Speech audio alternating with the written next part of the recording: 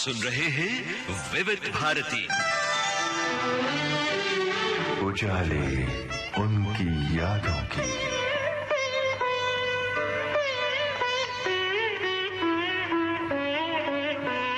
उजाले उनकी यादों की।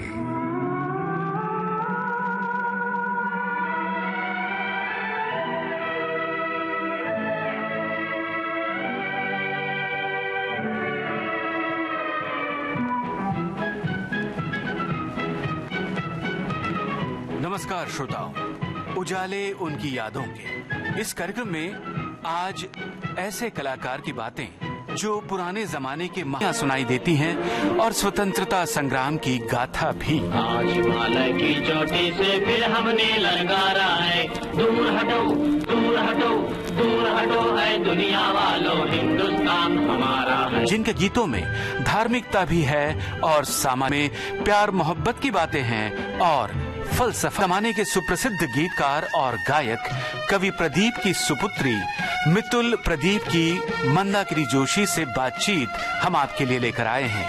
आज सुनिए इस बातचीत का तीसरा और अंतिम भाग। दोस्तों नमस्कार, मैं हूं मंदाकिनी जोशी। आज उजाले उनकी यादों के इस कार्यक्रम में हम कवि और गीतकार प्रदीप जी को याद कर रहे हैं। इसीलिए आज विविध भारती के स्टूडियो में ठीक हमारे सामने बैठी हैं गीतकार और कवि प्रदीप जी की सुपुत्री मितुल प्रदीप। स्वागत है आपका मितुल जी विविध भारती के इस स्टूडियो में।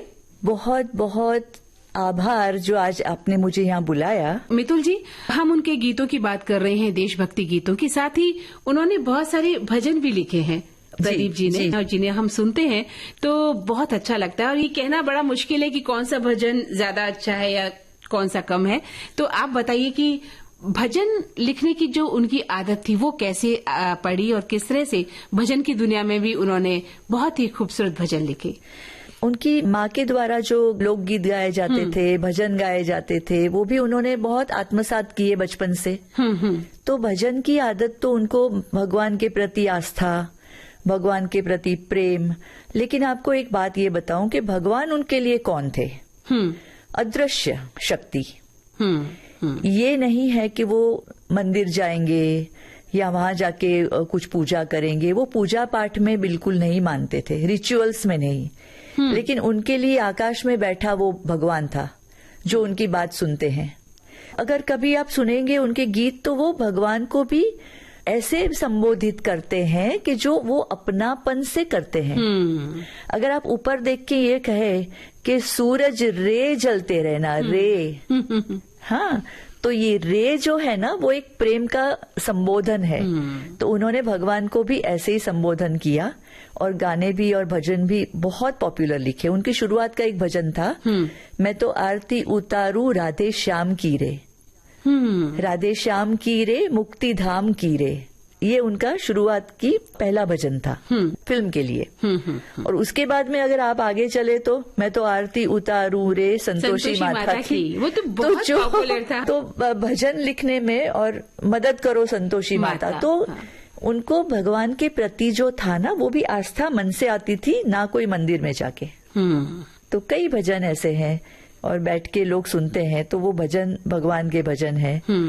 हरिदर्शन फिल्म आई थी, उसमें बहुत सारे भजन थे। मारने वाला है भगवान, बचाने वाला है भगवान, वो भी एक बहुत पॉपुलर गीत था। बिल्कुल, बहुत सारे हरिदर्शन फिल्म के गाने हैं जो भजन है।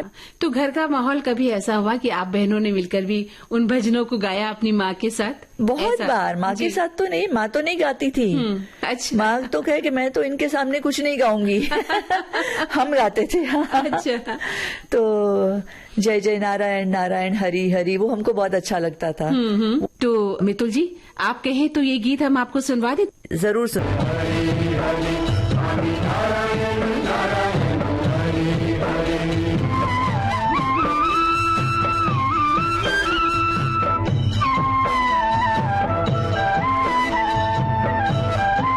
कभी पिता के साथ बैठकर बात करने का मौका मिला? घर में तो हम लोग साथ में ही रहते थे ना, तो उसमें बातचीत तो रोज ही होती थी।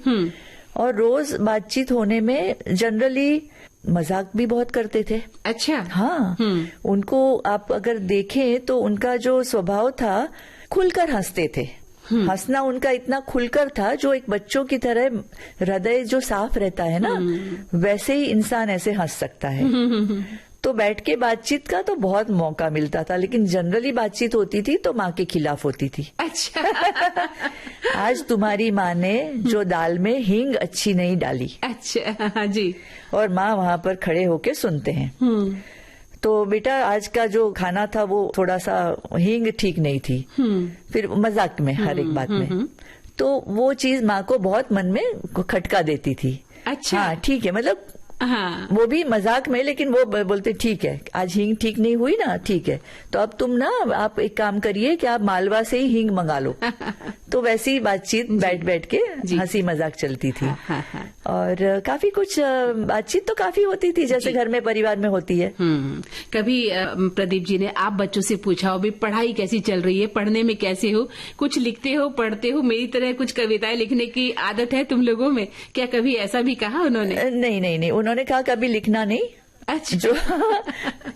जो करना हो दूसरा कुछ करो, लिखना और फिल्म इंडस्ट्री के बारे में मत सोचना, और लिखना कभी तो कभी नहीं बनना, ऐसा उन्होंने कहा कि भाई आपको ठीक है मैं बहुत हो गया, अगर पैसे कमाने हैं तो इसमें मत पड़ा, कुछ और काम करना।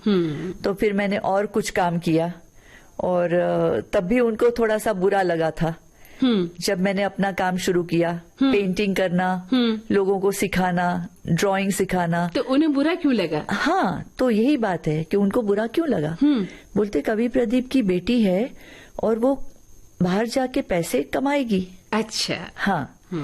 तो वो उनको जैसे तब एक ट्रेडिशनल पिता उनके मन में जागृत हुआ जी, कि भाई ये काम आप क्यों करेंगी। हाँ, लेकिन तब तक आप भी बड़ी हो गई थी, आपकी भी अपनी दुनिया बन चुकी थी, आपकी भी अपने सपने थे, अपने शौक थे। हाँ, तो तब माँ ने कहा कि नहीं, हमें तो उसको अपने पैरों पे खड़ा करना है, उसको अगर ये अच्छा लगता है और वो उसमें आगे बढ़ना चाहती है तो क्या हुआ। तो ये कोई थोड़ी कहेगा कि प्रदीप जी की बेटी है तो क्यों पैसे बाहर जाके कमाएगी। जाएगी बाहर जाके। मैं बहुत सारी डेमोन्स्ट्रेशंस देती थी कॉलेजेस में, स्कूल्स में। उसके बाद में उनको लगा कि नहीं ये तो अच्छा कर रही है, तो फिर कोई भी आएगा उनके पास तो उनको लेके आएंगे कि देखो मेरी बेटी का ड्राइंग, देखो मेरी बेटी ने आज ये पेंटिंग बनाया। वो फिर गर्व महसूस करने लगे। मितुल जी कहते हैं कि माँ कवि निराला भी उनकी कविताओं और उनकी आवाज की प्रशंसक थे, क्या ये बात सच है? बहुत सच है, क्योंकि निराला जी ने उनमें एक स्पार्क देखा, मतलब एक ऐसा कवि देखा जो बहुत सालों के बाद एक ऐसी भाषा यूज कर रहा था और छायावाद वगैरह जो है। तो निराला जी ने वो सुना उनकी कविता और उन्होंने उनके ऊपर पूरा एक आर्टिकल लिखा कि ये नवीन कवि प्रदीप जो आगे चल के बहुत आगे बढ़ेगा, ऐसा। जी। तो जैसा कि हम कह रहे हैं कि उन्होंने देशभक्ति गीतों को बहुत लिखा, बहुत बड़ी तादाद में उनके भजन हम देखते हैं, क्या कभी उन्होंने रोमांटिक गीत भी लिखे प्रदीप जी ने? रोमांटिक गीत भी अच्छे लिखे हैं, और वो भी इतनी अच्छी भाषा में लिखे हैं कि कोई भी कहीं पर भी ऐसा नहीं लगता है कि ये कोई वल्गर बात आई। प्रेम की बात भी उन्होंने कितनी अच्छी की है, खूबसूरती कि मेरे जीवन में किरण बन के बिखरने वाले, बोलो तुम कौन हो, बोलो तुम कौन हो। क्या बात है। हाँ, क्या बात। तो मेरे जीवन में किरण बन के बिखरने वाले, कितना सुंदर से उन्होंने संबोधन किया है प्रेमी को। या फिर दूसरा है कि ना जाने कहाँ हम थे, ना जाने कहाँ तुम थे। हाँ। तो ये भी बहुत सुंदर है। और एक हल्का फुल्का सा गाना भी है जो जगदीप के ऊपर फिल्माया गया था, ओ दिलदार बोलो एक बार क्या मेरा प्यार पसंद है। तो ये भी कितना सुंदर से गीत है, बहुत स्वीट। और कभी भी कोई भी इसको गा सकता है, हर पल के गीत, हर पल के। तो ये रोमांटिक गाने भी उन्होंने लिखे, और ज्यादातर युगल गीत, रोमांटिक गाने उनके सुने भी सही और बात भी की हमने। जी बिल्कुल। उन्होंने कविता शुरू की थी रोमांटिक कविताओं से, और उसके बाद में जो है उनको देशभक्ति की कविता लिखने का मौका मिला, और फिर उन्होंने उसी लाइन पे अपनी कविताएं लिखी।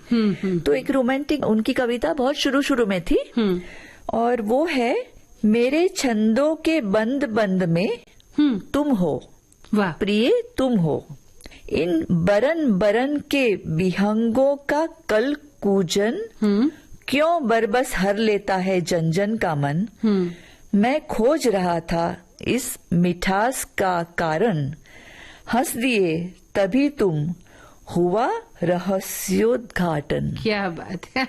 और तुम मेरे काव्य स्वस्तिकों के कुमकुम हो, हाँ, मेरे छंदों के बंद बंद में प्रिय तुम हो। क्या बात है। तो ये रूमानियत, कितनी गहरी कितनी तरीके से। गहरी। तो मतलब ये है कि तुम मेरे काव्य स्वस्तिकों के कुमकुम, मतलब काव्य का जो स्वस्तिक है उसके कुमकुम हो। बहुत सुंदर।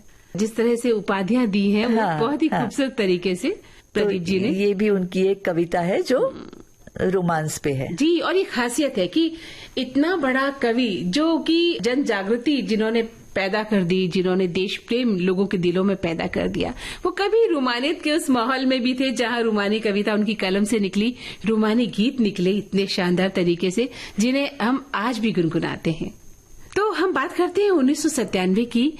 बहुत ही महत्वपूर्ण वर्ष था कवि प्रदीप जी के लिए, बताइए कैसे।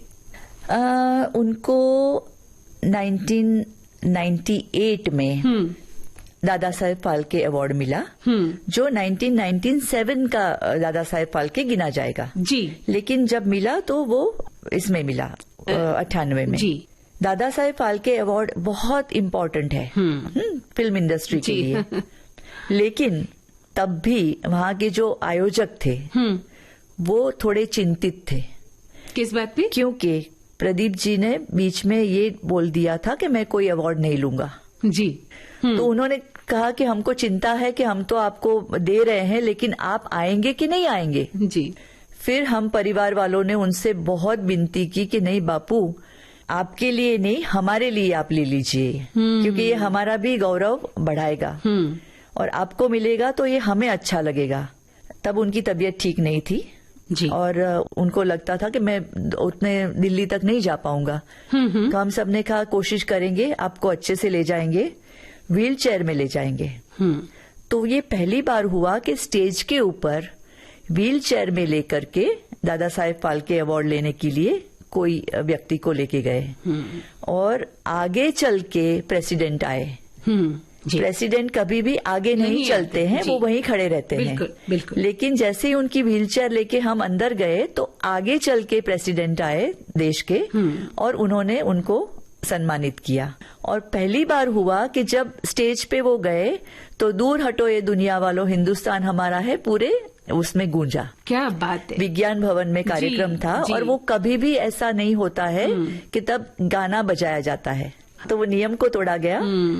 उस स्टेज पे हम लेके गए उनको और वो गाना बजा और आप नहीं मानेंगे, उस वक्त भी खड़े खड़े खड़े लोग रोए हैं। जी, और ये मुझे शत्रुघ्न सिन्हा जी ने भी बताया कि हम रोए। यश चोपड़ा जी वहां खड़े थे, वो बाद में दौड़ के आए कि प्रदीप जी आज आपने हमको भी रुला दिया। जी, वो भी ऑडियंस में थे। जी, और कवि प्रदीप जी के चेहरे पर कहीं सुख और संतोष के चिन्ह नजर आए ना, कि वो संतुष्ट थे। वो संतुष्ट थे और उन्होंने कहा कि अच्छा हुआ तुम लोगों ने मुझे कहा, नहीं तो मैं इसको भी मना कर देता। लेकिन ये मेरी आखिरी जीवन की पड़ाव में ये मिलना मेरे लिए बहुत मेरा भाग्य है। जी, बिल्कुल। तो बताइए कौन सा गीत सुनना पसंद करेंगी आप? जो भी आपके पास हो, अगर मेरे जीवन में किरण है तो वो करवा दीजिए। चलिए सुनते हैं। ये कविता और लेखन तो खैर उनका मुख्य काम था, जिसमें वो बह रहे थे और कहें कि उन्होंने अपना पूरा जीवन समर्पित कर दिया। लेकिन इसके अलावा जब वो कविता नहीं लिखते थे, लेखन नहीं करते थे, तो क्या करते थे? उनके और क्या क्या शौक थे जो आपको समझ आए? उनको गार्डनिंग का बहुत शौक था। हाँ, तो हमारे ऊपर टेरेस है, तो उस पे वो चले जाते थे और कई चीजें, जैसे उनको लगा कि ये पत्ते ठीक नहीं है, वो काटते थे। 2-2, 3-3 घंटे तक ऊपर गार्डन में अपना बिताते थे। और नीचे भी हमारे पास जितने भी आज बड़े बड़े ट्रीज हैं, वृक्ष हैं, आम के 4 हैं, 2 नारियल के हैं, जाम्बू समझते हैं आप, सफेद वाले, जिसको आप क्या बोलते हैं पता नहीं, सफेद जाम्बुन। हाँ, काले नहीं, सफेद। हाँ। खैर एनीवे, वाटर एप्पल ऐसे कुछ बोलते हैं, जो भी होगा। उसके जितने भी हमारे गार्डन में आज जो हमारे वृक्ष हैं, वो सब मेरे पिता ने लगाए हुए हैं। क्या बात है। जब हमारा घर बना तब पूरा आसपास में ये बड़े बड़े वृक्ष आज खड़े हैं। तो गार्डनिंग का शौक, और वो जो देखते थे कि कहीं आम के पेड़ में कहीं कीड़े तो नहीं लग गए, अच्छा। तो वो उसको दवाई देना, ये करना, चाहे वो खुद ना दे माली के पास करवाना। तो आज जो वृक्ष खड़े हैं वो मेरे पिता के कारण खड़े हैं। क्या बात है। और एक कड़ी पत्ता, उसका एक छोटा सा लाए थे वो प्लांट, और आज बहुत बड़ा हो गया है, और वो आज भी है उनका लगाया हुआ। जी, उनकी याद दिलाता होगा। हाँ, तो सभी मतलब वृक्ष जो है उनकी याद दिलाता है। हाँ, तो जब हम आपसे बात कर रहे थे, आपने कहा कि आपका घर ऐतिहासिक है, और कवि प्रदीप जी ने बहुत ही शौक के साथ उस घर को बनाया, बहुत रुचि के साथ। तो बताइए ये क्या है, किस तरह से उन्होंने अपने मकान को बनाया, क्या किया? मकान को उन्होंने खड़े होकर के एक एक ईंट को देख के उनको जैसे लगवा रहे थे, तो वह खड़े रहते थे। ये नहीं कि उनको उन्होंने दे दिया कि आर्किटेक्ट को कि आप बना लो, नहीं। रोज सवेरे से शाम खड़े रहते थे कि ये यहाँ गलत हो रहा है, ये गलत है, ऐसे करो, ये मजबूत चाहिए, सीमेंट। आज भी हमारी जितनी भी दीवारें हैं उसमें कील भी नहीं ठोक सकते आप। अच्छा, इतनी मजबूत है। क्या बात है। इतने सालों के बाद। तो उनका मतलब ये है, हमारे लिए तो ये बहुत बड़ा मंदिर है, घर नहीं है, मंदिर है। जी, जो उन्होंने बहुत ही आत्मीयता के साथ जी उसको खड़ा किया। हाँ। है जी। मितुल जी, आज हमने इस कार्यक्रम में आपके पिता पर एक लंबी बातचीत की है। अब हम आपकी जिंदगी पर भी आते हैं। आपने ये तो बताया कि आपने लेखन को क्यों नहीं अपनाया, आपने कविता को क्यों नहीं अपनाया, लेकिन हम ये जानते हैं कि आप एक जानी मानी चित्रकार हैं, और चित्रों के प्रति एक आपकी जो रुचि है उसका भी उदाहरण देखने को मिलता है। तो ये रुचि आपके मन में कैसे आई, ये रुचि कैसे पैदा हुई, और किस तरह की आर्ट आप बनाती हैं, हमारे श्रोता ये जानना भी चाहेंगे। जैसा आपने कहा कि आप घर से निकली थी, पिता ने एक बार विरोध भी किया था, लेकिन जब उन्हें पता चला कि आप बहुत अच्छी कलाकार हैं तो उन्हें आप पर गर्व भी महसूस हुआ। ऐसा है कि मैं करीब 44 साल से पेंटिंग सिखाती हूँ। जी, और मेरा आर्ट सेंटर है तुलिका आर्ट सेंटर, जिसमें बहुत सारे लोग सीखने के लिए अभी भी आते हैं। और जब मैंने शुरू किया 1982 में, तब भी लोग बहुत सारे आते थे, आज तक आते हैं। कैसे शुरू हुआ? जी, मैं जब छोटी थी, 2-3 साल की या 4 साल की रही होंगी, मेरी माँ ने मेरे हाथ में कलम थमा दी कि ये लो, इस पे तुम स्वस्तिक ड्रॉ करो। एक कागज दिया और एक पेंसिल दी और कहा कि स्वस्तिक निकालो। तो वो पहली बार था कि जो छोटे बच्चे ने लाइन कर करके स्वस्तिक ड्रॉ किया। जी, मेरी माँ खुद बहुत अच्छी कलाकार थी, बहुत बढ़िया, मतलब मैं कुछ भी नहीं हूँ उनके सामने। इतना ब्यूटीफुल उनका आर्ट था, इतना अच्छे अच्छे से वो ड्राइंग्स बनाती थी। उनमें से मुझ में आया। जी, तो पिता का लिखना या गाना नहीं आया, लेकिन माँ की कला है वो मुझ में आई, तो वो जीन्स में आया। तो वहां से शुरू हुआ। फिर हर रंगोली निकालना, हर एक दिवाली के दिन या कोई भी अच्छा शुभ दिन हो तो लो बेटा ये लो, हाथ में पाउडर दे दिया, अब मोर करो, ओम लिखो, श्री लिखो, माता के पैर बनाओ, माता की जो होते हैं ना लक्ष्मी नवरात्रा में मनाते हैं, दीपावली में। तो वो सबसे शुरुआत हुई मेरी। लेकिन जब मैं स्कूल में पढ़ती थी या कॉलेज में पढ़ती थी, तब मुझे उतना इंटरेस्ट नहीं रहा। मुझे कुछ और करना था। मुझे ये तो आपने बचपन की बात बताई जब माँ आपको ऐसा कहा करती थी। लेकिन बीच में मेरा वो बिल्कुल चला गया कि मुझे कुछ करना है, ड्राइंग नहीं, मुझे वो मजा नहीं आता है। मुझे लॉयर बनना है, मुझे ये बनना है, मुझे कुछ और कुछ करना है। तो पढ़ाई चलती रही। लेकिन उस बीच में मुझे ऐसा हुआ कि एक बहुत बड़ी कंपनी है जो कलर्स बनाती है, उनकी मालकिन मिली। जी, बोलती आपका ड्राइंग तो बहुत अच्छा है, सुना है। मैंने बोला हाँ वो तो है। तो कहा कि क्यों नहीं आप सिखाते हो, हमारे 40 महिलाएं हैं। हाँ। उनको हम चाहते हैं कि आप थोड़ा सिखाइए, हमारी टीचर नहीं है। मैंने बोला मैं सिखा तो नहीं सकती हूँ।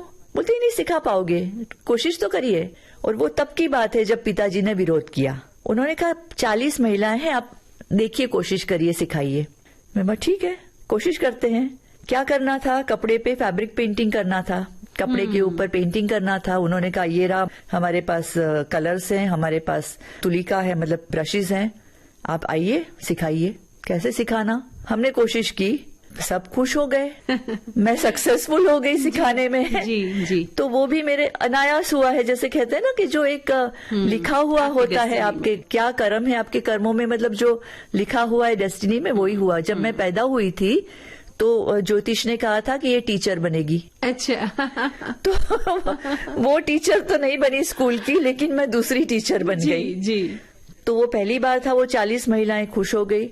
वो जो कलर बनाने वाली कंपनी के वो लोग थे, वो खुश हो गए, बहुत बढ़िया, आपने बहुत अच्छा सिखाया। और हमारे पास लोग हैं, उनको भी सिखाइए, हमारे वहां डेमोन्स्ट्रेशन दीजिए आप पेंटिंग के। तो ये ऐसे शुरू हो गया। तो मेरी पढ़ाई तो मैंने कंप्लीट की, मैंने लॉ भी कंप्लीट किया, मैंने ग्रेजुएशन भी किया, लेकिन साथ साथ में ये भी चलता रहा। तो उसमें से मुझे मेरी एक पूरी जिंदगी का पूरा ट्रेंड बदल गया, मकसद मिल गया। और सिखाने में जो आनंद है वो समझ में आया कि जब स्टूडेंट आपके साथ में खड़े होके खुश होके जाते हैं, वो बात ही अलग है। बिल्कुल। तो जब गुरु बनते हैं ना, तो गुरु की और शिष्य की जो परंपरा है वो एक आपको अलग ही माहौल में ले जाती है और आपका जीवन बदल जाता है। आपने अपनी जो आरंभिक शिक्षा थी वो अपनी माँ से ही ली? आपकी माँ ही आपकी गुरु रही? जी जी, एकदम से माँ ही गुरु रही। मैं बताऊं कि जब तक थी तब तक हमको लगता था कि नहीं, वो हमसे ज्यादा ही अच्छा करती हैं। क्योंकि उनकी भी एक आखिरी बात बता दूं कि वो जब मेरे पिता चले गए 98 में, उसके बाद में उन्होंने जितना जीवन जिया, वो एक तो रेडियो सुनती थी और दूसरा उनका काम था ड्राइंग करना। जैसे ही वो फ्री हो जाती, हाथ में कलम और हाथ में कोई भी, जैसे पेपर आ गया, कोई भी सफेद रंग का कोई भी, हाथ में कलम लेके उसमें ड्राइंग करना शुरू कर दें। तो आज हमारे पास उनके हजारों ड्राइंग्स हैं। अच्छा। मेरे पिता के चले जाने के बाद और उनके चले जाने के बीच के उतने सारे उन्होंने ड्राइंग बनाए। पूरी रात दिन जब भी उनको समय मिला, कोई भी दूसरा सोचना नहीं, कुछ गलत सोचना नहीं, कोई दिमाग में टेंशन नहीं लेना, ड्राइंग करते। तो आपके लिए एक बहुमूल्य चीज है वो, तो बहुत बहुमूल्य चीज है मेरे पास, आज खजाना है वो। बिल्कुल। आपने उस विधा को प्राप्त कर लिया जो हम कहीं सीख कर भी नहीं सीख पाते, है ना? वो गुरु ज्ञान उतनी शिद्दत और बारीकी से नहीं दे पाता कोई, जो आपने अपनी माँ से सीख लिया है। तो आज जब आप अपने बच्चे तैयार कर रही हैं, आपके यहाँ शिष्य आते हैं, आप उन्हें सिखा रही हैं, उनका भविष्य सुधार रही हैं, किस तरह की पेंटिंग सिखाती हैं बच्चों को आप?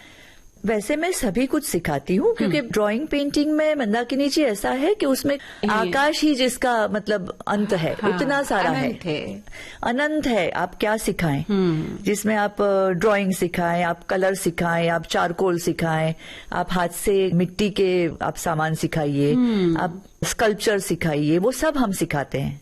और वो मैं सिखाती हूँ खुद भी, और मेरे साथ मेरे दूसरे टीचर्स भी हैं। तो सिखाने का तो बहुत सारा है, लेकिन मैं खुद क्या अच्छा लगता है मुझे, तो मुझे ऑयल कलर्स अच्छे लगते हैं। ऑयल पेंटिंग, जो ऑयल पेंटिंग का एक अलग सा रहता है और वाटर कलर अलग रहता है। तो पहले ऑयल पेंटिंग, दूसरा वाटर कलर। तो उसमें आपको बहुत स्वतंत्रता मिलती है, आप जो करना चाहो तो वो स्वतंत्र जो होता है ना, वो अच्छा लगता है। कहीं पर आप बंधते नहीं हैं। अगर आप स्कल्पचर बनाते हैं तो आप वहाँ बंध जाते हैं जी, लेकिन कैनवास के ऊपर आप बंधते नहीं हो। क्या गढ़ते हैं, क्या पेंट करते हैं, आपका अपनी कल्पना शक्ति पर वही तो, वो कल्पना शक्ति उसमें बहुत ज्यादा स्वतंत्र है। तो आपकी तो आर्ट गैलरी भी लगती है, कहाँ कहाँ आप जाती हैं अपनी पेंटिंग्स को लेकर, और अभी तक कितने सारी जो है आपने आपको एक बात ये बताऊं कि मैं बहुत ज्यादा कमर्शियल काम नहीं करती हूँ। अच्छा जी। अगर मैं अपना एग्जीबिशन लगाती हूँ तो वो मैं बेचने के लिए नहीं लगाती हूँ, मैं सिर्फ डिस्प्ले के लिए लगाती हूँ, क्योंकि मुझे ये लगता है कि मैं खुद ही इसका मैं मूल्यांकन नहीं कर सकती हूँ कि मेरी पेंटिंग का मूल्य क्या होगा। जी जी जी।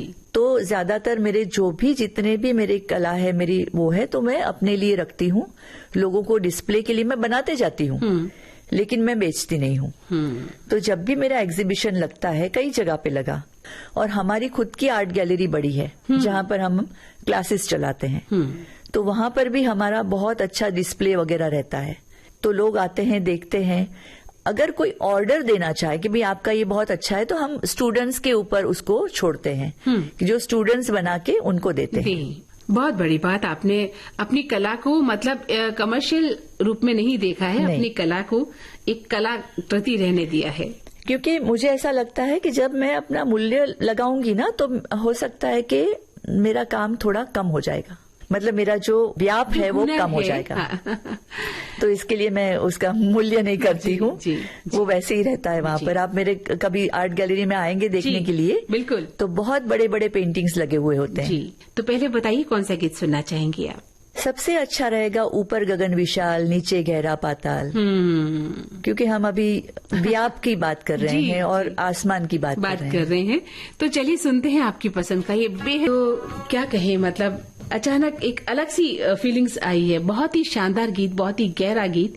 तो मितुल जी, जब बात चल रही है आपकी पेंटिंग्स की, आपकी कलाकृति के बारे में, तो किस तरह की है ये कलाकृति? किस तरह की कला आप बच्चों को सिखा रही हैं, या आप खुद कैनवास पर उतारती हैं इन कलाओं को? मेरे पास जैसे अलग अलग विधा है, अलग अलग टाइप के मैं पेंटिंग सिखाती हूँ, लेकिन जैसे समय बदलता है तो उस हिसाब से हम एब्स्ट्रैक्ट आजकल बहुत चला है जी। लोगों के पास, जैसे मैंने कहा, बहुत स्ट्रेसफुल लोगों के जीवन है, तो कहते हैं हमको 2 दिन में खत्म करना है, तो क्या कर सकते हैं? तो एब्स्ट्रैक्ट एक ऐसी है कि जिसमें आप 2 दिन में अपना मन का जो पेंटिंग है वो पूरा कर सकते हैं। अच्छा, अगर आपके पास समय है तो आप अच्छा सा पोर्ट्रेट करिए। पोर्ट्रेट करने में समय लगता है, अगर समय लगेगा तो आपको उतना कंसंट्रेशन करना है, ये दिमाग के लिए बहुत जरूरी है। और बच्चों को सिखाना जरूरी है कि आप कंसंट्रेट करिए, मन को शांत रखिए। तो उसके लिए पोर्ट्रेट है।